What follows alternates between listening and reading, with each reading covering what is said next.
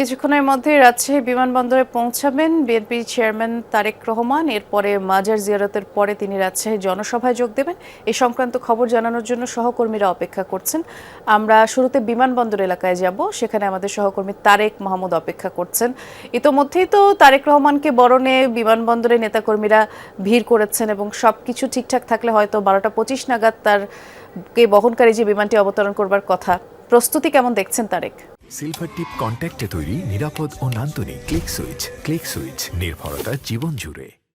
বৃষ্টি রাজশাহীর শাহ মখদুম বিমানবন্দরে এই রাজশাহীর যে 9টি উপজেলার বিভিন্ন এলাকার মানুষজন, নেতাকর্মীর পাশাপাশি একদম সাধারণ মানুষজন কিন্তু এসেছে তারেক রহমানেরকে বরণ করে নিতে। এবং এই রাজশাহী শাহ মখদুম বিমানবন্দরে ঠিক 12টা 25 তার বিমানটি আসতে পারে বলে আমাদেরকে এখানকার আইন শৃঙ্খলা বাহিনী যারা তথ্য থেকে আমরা কিন্তু সেটি জানতে পেরেছি।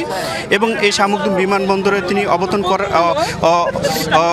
করার পরে যেটা এই রাজশাহীর শাহ মখদুম মাজার রয়েছে, সেখানে 1টা 30 তিনি সেখানে যাবেন, মাজার জিয়ারত করবেন এবং দুপুর 2টায় রাজশাহীর যে মাদ্রাসা মাঠ, সেখানে নির্বাচনী যে জনসভায় সেটি তিনি যোগ দেবেন।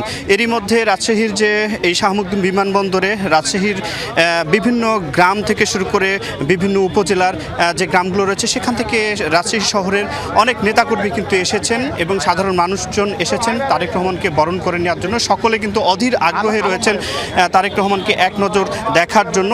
এবং এই যে 2 দশকের বেশি সময় পর আজকে রাজশাহীতে কিন্তু এই তারেক রহমান আসছে এবং এই দুপুরে মাদ্রাসা মাঠে তিনি জনসভায় কিন্তু যোগ দেবেন। এবং এরই মধ্যে আমি দেখতে পাচ্ছি যে অনেক যে গাড়িগুলো রয়েছে রাজশাহী শাহ মখদুম যে বিমানবন্দরে, সেখান থেকে কিন্তু শত শত গাড়ি রাজশাহীর যে মাদ্রাসা মাঠ সেখানে গিয়েছে এবং বিমানবন্দরে উৎসুক যে নেতাকর্মী রয়েছে, সেই নেতাকর্মীরা কিন্তু অপেক্ষায় রয়েছেন তারেক রহমানের আসার যে বিষয়টি নিয়ে এবং তারেক রহমানকে বরণ করে নিতে কিন্তু তারা প্রস্তুত এখন পর্যন্ত। বৃষ্টি, ধন্যবাদ তারেক মাহমুদ।